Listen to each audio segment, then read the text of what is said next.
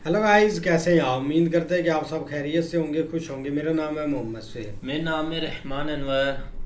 और मैं जफर इकबाल। भाई काफ़ी इंटरेस्टिंग वीडियो देखने जा रहे हैं। अब तक की इत्तलात के मुताबिक बजट के हवाले से हुकूमत और IMF के दरमियान मुकम्मल इत्तफाक नहीं हो पाया। बताते भारत अब दुनिया की चौथी सबसे बड़ी अर्थव्यवस्था वाला देश बन गया है। नीति आयोग के CEO ने इस बात की जानकारी दी है। उन्होंने बताया कि भारत $4 ट्रिलियन की अर्थव्यवस्था वाला देश बन गया है। हमें तो नहीं ना कहते प्राउड टू बी इंडियंस, ठीक है? वो हम इधर देखते हैं तो कर्जा, इधर देखते हैं तो कर्जा, उधर देखते हैं कर्जा, पीछे देखते हैं कर्जा। आज हम किसी दोस्त मुल्क पे जाते हैं तो वो कहते हैं कि आए हैं मांगने के लिए। आज भी गए जो सिलसिला चल रहा है, बजट सुन रहे हैं कि डिले हो रहा है, IMF के साथ इनकी कोई एग्रीमेंट्स नहीं हो रहे। सबसे बड़ी न्यूज, चाइना बोल रही है कि भारत ने चाइना को बीट कर दिया है। चाइनीज मीडिया में मैंने पहले कभी भी ये चीज नहीं सुनी है कि भारत की तारीफ की जाए। लीजिए, ये है Indian stock market is rated above Japan and China. अब इन तरह की चीजों के ऊपर ना हमारे लोगों को जरा भी शर्मिंदगी नहीं होती। यकीनन जिस कंट्री में गुजारा ही हमारा IMF, वर्ल्ड बैंक और चाइना और इसी तरह से दूसरी कंट्री से पैसा मांगने से हो रहा है। एंड चाइना ने इसके बारे में आर्टिकल भी छाप दिया। सर, बजट जो है वो आने वाला है। पहले 2 जून तारीख थी, फिर 10 जून पे चली गई। IMF की कुछ ज्यादा इन्वॉल्वमेंट हम देख रहे हैं। क्या रीजन है कि इस दफा IMF की इन्वॉल्वमेंट कुछ ज्यादा ही है इसके अंदर? लेकिन ये चीज जो है ये बहुत खतरनाक हद तक ना सिर्फ ये कि आम पब्लिक के अंदर जा चुकी है कि किसी ना किसी कंट्री में पहुंच जाओ और वहां जाकर जी भीख मांगना शुरू कर दो, और यही हाल जो है पाकिस्तान की गवर्नमेंट्स का भी है। जय हिंद दोस्तों, very warm welcome to Hindustan special channel. Bharat Japan को पीछे छोड़ दुनिया की चौथी सबसे बड़ी अर्थव्यवस्था बन गया है। नीति आयोग के मुख्य कार्यपालक अधिकारी BVR सुब्रमण्यम ने शनिवार को यह जानकारी दी। उन्होंने नीति आयोग की 10वीं बैठक के बाद मीडिया से कहा कि भारत में आर्थिक माहौल बिल्कुल अनुकूल है। उन्होंने कहा कि आज के समय भारत 4000 अरब डॉलर की अर्थव्यवस्था बन गया है। अंतर्राष्ट्रीय मुद्रा कोष का हवाला देते हुए सुब्रमण्यम ने कहा कि आज भारत की अर्थव्यवस्था जापान से बड़ी बन गई है। उन्होंने आगे कहा, केवल अमेरिका, चीन और जर्मनी ही भारत से अर्थव्यवस्था के मामले में बड़े हैं। विशेषज्ञों की माने तो वित्त वर्ष 2025 की चौथी तिमाही में देश की GDP ग्रोथ 6.8% रह सकती है। देश की इकोनॉमी इस दौरान तेजी से आगे बढ़ रही है। एक तरफ पाकिस्तान IMF से कर्ज की मिन्नतें कर रहा है तो दूसरी ओर भारत दुनिया की चौथी अर्थव्यवस्था बन गया है। पाकिस्तान मीडिया चर्चा कर रहा है कि देखो, हम IMF के आगे हाथ फैला रहे हैं और भारत जापान को पीछे छोड़ दुनिया की चौथी अर्थव्यवस्था बन चुका है। अब इन तरह की चीजों के ऊपर ना हमारे लोगों को जरा भी शर्मिंदगी नहीं होती। यकीनन जिस कंट्री में गुजारा ही हमारा IMF, वर्ल्ड बैंक और चाइना और इसी तरह से दूसरी कंट्री से पैसा मांगने से हो रहा है, तो बहुत से आम पब्लिक ने भी शायद यही सोचा होगा कि चलो ये ज्यादा आसान काम है कि वहां पहुंच जाए और उसके बाद ना पैसा जो है वो मांग के ले आए, भीख मांग के ले आए।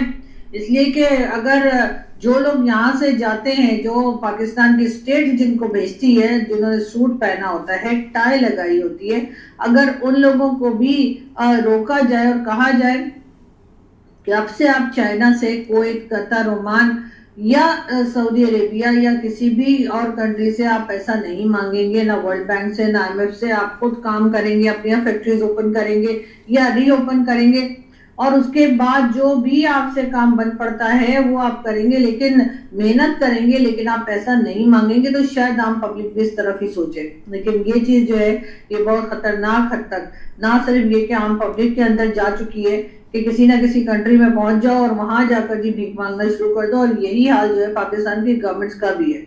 एक बार फिर कहा जा रहा है कि जी हम जो है वो मिसाइल्स बनाएंगे, हम और मिसाइल्स लेंगे, हम टर्की से लेंगे, हम चाइना से लेंगे, हम यहाँ से लेंगे, हम वहां से लेंगे। भारत ने हमारे ऊपर अटैक कर दिया। अब हमें तमाम का तमाम बजट जो है वो, जैसे फैसल बाउडर साहब का मैंने आपको बताया था कि उनका कहना है कि जी जो बजट है डेवलपमेंट के लिए उसको बिल्कुल छोड़ दिया जाए और तमाम का तमाम पैसा जो है वो डिफेंस में लगा दिया जाए, और इसी तरह की बातें की जा रही हैं। लेकिन कोई भी एजुकेशन का नाम नहीं ले रहा, कोई भी हेल्थ सेक्टर का नाम नहीं ले रहा, कोई इस तरह की बात नहीं कर रहा। क्लाइमेट की, इन्वायरमेंट जो चेंज हुआ है, आज बहुत शदीद किस्म की बारिश और ओले पड़े जी इस्लामाबाद में, इससे पहले भी कुछ दिन पहले भी यही हुआ था। तो जो ये क्लाइमेट चेंज आ रहा है उसके ऊपर कोई खास पैसा हमारे इन्वेस्ट नहीं किया जा रहा। हेल्थ सेक्टर में हमारे यहाँ कोई खास पैसा नहीं लगाया जा रहा।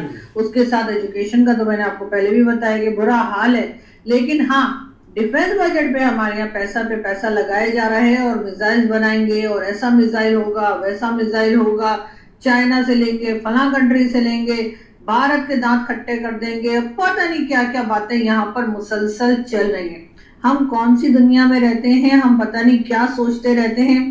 कभी भी पाकिस्तान इसी वजह से डेवलप कह लीजिए कि डेवलपमेंट करने की कोशिश में अगर आगे जाए तो वो एक तरह से एक डेवलप्ड कंट्री बनने में हमेशा पाकिस्तान इसीलिए पीछे रह गया कि हम तमाम फजूल की चीज़ों के ऊपर सोचते हैं, बात करते हैं, पैसा लगाते हैं और अपने लोगों को भी उसी में उलझा कर रखते हैं।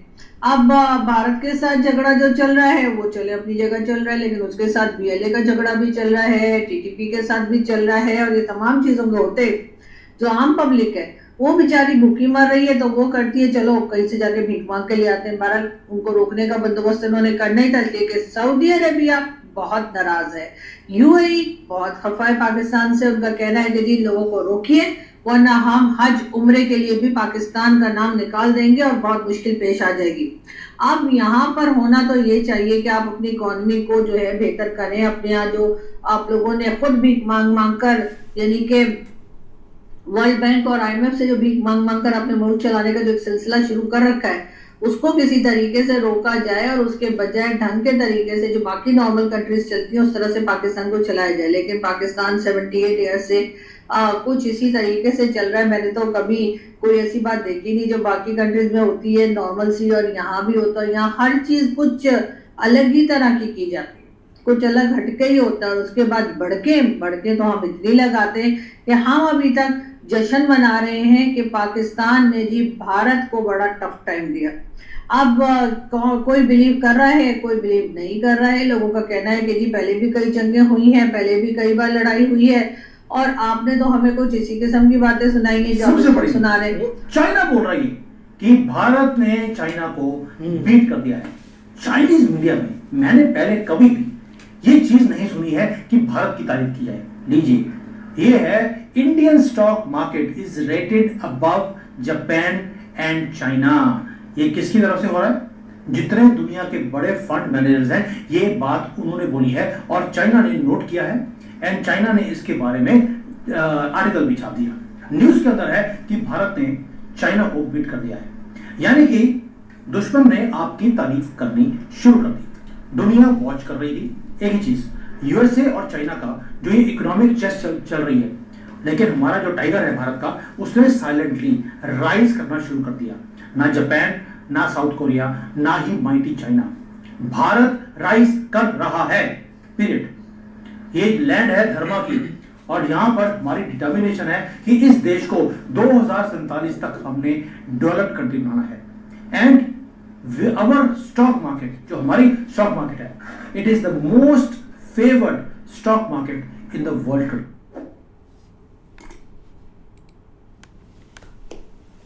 बाकी यार बहुत इंटरेस्टिंग टॉपिक था और देखा जाए ना तो भाई आज एक इंडिया ने एक जापान को भी एक पीछे छोड़ दिया। ये खबर हम एक साल पीछे एक इसको कवर कर रहे थे जब तब एक बातें एक स्टार्ट हो रही थी, लेकिन बात करें ना तो तब भी एक एनालिसिस जो करते हैं ना भाई और जो ये अदारे इसको मतलब के कवर करते हैं या एक जांच पड़ताल करते हैं भाई, उन्होंने ये एक हाईलाइट कर दिया था कि इंडिया एक 2025 के एंड में या एक मिड में भाई जापान को पीछे छोड़ देगा। और वही एक बात हुई, आज वो भाई दिन है जब एक इंडिया ने जापान को भी पीछे छोड़ दिया और ये बहुत एक बड़ी बात है भाई। एक जापान की बात करें तो डेवलपमेंट कंट्रियों में आता है बहुत ज़्यादा, एक इतनी भाई उधर चीज़ें बनती हैं, इतनी वो एक एक्सपोर्ट भी करते हैं, इंपोर्ट भी करते हैं, सारी चीज़ें एक चलती रहती है, मतलब कि एक फुल एक फिट कंट्री है और हर चीज़ उधर एक मतलब के एक पावर भी है उसके कंट्री में और सारी चीज़ें वो बनाकर भाई बाहर बेचते भी हैं।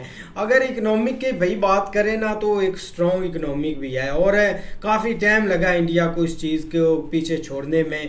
बाकी अब हमारे जो बात करें ना हमारी मीडिया की, अब 10-15 दिन पहले चले जाएं तो ये बोल रहे थे कि भाई इंडिया को इतना एक नुकसान हो गया, इंडिया ने बहुत सारा नुकसान करवा लिया है, 70 अरब डॉलर। लिहाजा उनकी एक स्टॉक मार्केट भी एक नीचे गिर रही है और एक इकोनॉमिकली उनको बहुत एक नुकसान होगा, जिससे एक इवाम बदला लेगी गवर्नमेंट से कि आपने पाकिस्तान के साथ ये जंग क्यों स्टार्ट की। अब यार देखो ना, ये चीज़ें हैं जिसमें एक मतलब कि आगे एक बढ़ना चाहिए, एक देश को पीछे लगाने चाहिए। लेकिन भाई इधर जो भी एक हुक्मरान आता है उसने बस एक मांगना ही होता है, उसका एक लक्ष्य ये होता है कि हमने कंट्री के साथ एक डील कैसे करनी है। अब ये कभी सोच भी नहीं सकते थे कि एक मिडल ईस्ट कंट्री जहाँ पर Saudi Arabia, Bahrain, Qatar, Dubai जो भी है ना, ये कभी भी हमारे जो लोग हैं ना उनको ये पीछे नहीं मोड़ेंगे, चाहे हम जितना भी उधर अपना एक सेट कर ले। अब वो टाइम है कि भाई वो एयरपोर्ट से ही इनको वापस भेज देते हैं कि यार आप पीछे चले जाएं। और ये केस हुए हैं इस लास्ट वीक में भाई 4000 उधर से भिखारी उन्होंने एक निकाला है, क्योंकि आगे हज का एक सीज़न है, एक हज स्टार्ट होनी है, तो उस बड़ी तादाद में पूरे वर्ल्ड से भाई एक हज करने आते हैं सऊदी अरेबिया में, तो तब एक रश काफ़ी था। लेकिन उन्होंने भाई एक स्टार्ट में ही एक एक्शन ले लिया। अब थोड़ा सा प्रोफेशनल भी उधर एक भिखारी एक मतलब के हैं कि मतलब के टोपी सूट हर चीज़ उन्होंने पहन कर रखनी है, लेकिन मांगना किससे है? एक फॉरेनर से। कल मैं टिकटॉक से वीडियो देख भी रहा था, वो स्पेशल ऐसे बंदा एक वीडियो बना रहा था भाई, उसने बंदे ने दाढ़ी रखी हुई थी और वो मांग रहा था, एक जापान का कोई था कि कोरिया का था मुसलमान, उससे मांग रहा था, तो वो उसको दे भी रहा था। उसने बोला भी है यार अपना नाम हमारा बदनाम कर रहे हैं। अब इधर क्या है कि लोग इधर फिट ही हुए हैं। अगर कोई रेलवे का मिनिस्टर है तो वो भाई क्रिकेट में सेट हुआ है, अगर कोई क्रिकेटर का है तो वो भाई एक स्पेस वाली एजेंसी में सेट हुआ है। अजीब ही सिस्टम इधर चल रहा है। अब इधर जो आज सबसे ज़्यादा एक न्यूज़ कवर की गई है ना, वो ये है कि भाई जो पाकिस्तान के लोग डिपोर्ट होकर आते हैं ना, एक हमारी दूसरी कंट्रियों से डिपोर्ट कर देते हैं, तो वो हमारे लिए बहुत एक शर्मिंदगी का बायस है, हमें एक शर्म आ रही है। लिहाजा जो भी उधर से आएगा भाई उनको एक जुर्माना भी हम लगाएंगे, एक सज़ा भी होगी, उसका पासपोर्ट भी 5 साल के लिए एक जब्त किया जाएगा। और ये स्टेटमेंट कौन दे रहा था आप गैस जरा करें? मोहसिन नकवी जो कि क्रिकेट का चेयरमैन है। अजीब सिस्टम एक चल रहा है बेचारे। अब ये भाई लूट मार करते हैं, जहाँ इनको पता लग जाता है ना। अब काफ़ी कंट्री से ना पाकिस्तान को डिपोर्ट कर दे, मतलब कि कर रहे हैं कंट्री जिनके पास एक कागज़ नहीं है। यूरोप ने एक सख्त कानून कर लिए हैं तो वो डिपोर्ट कर रहे हैं। तो ये बेचारे जो भी उधर से आते हैं भाई उनको ये उधर ही घेर लेते हैं कि भाई 5 लाख निकालो तो आपको एक इंटर होने देंगे कंट्री में। तो बहुत उल्टा सा सीन इधर चल रहा है। लेकिन इंडिया भाई एक बीट कर गया जापान को। बिल्कुल यार, ये तो न्यूज़ एक लास्ट ईयर से ही हम देख रहे थे कि उस वक्त जिस तरह इकॉनमी बूस्ट कर रही थी ना इंडिया की, तो लग ही रहा था कुछ साल में ना भाई एक इंडिया जो है ना वो पीछे छोड़ देगा और चौथी इकॉनमी बन जाएगा।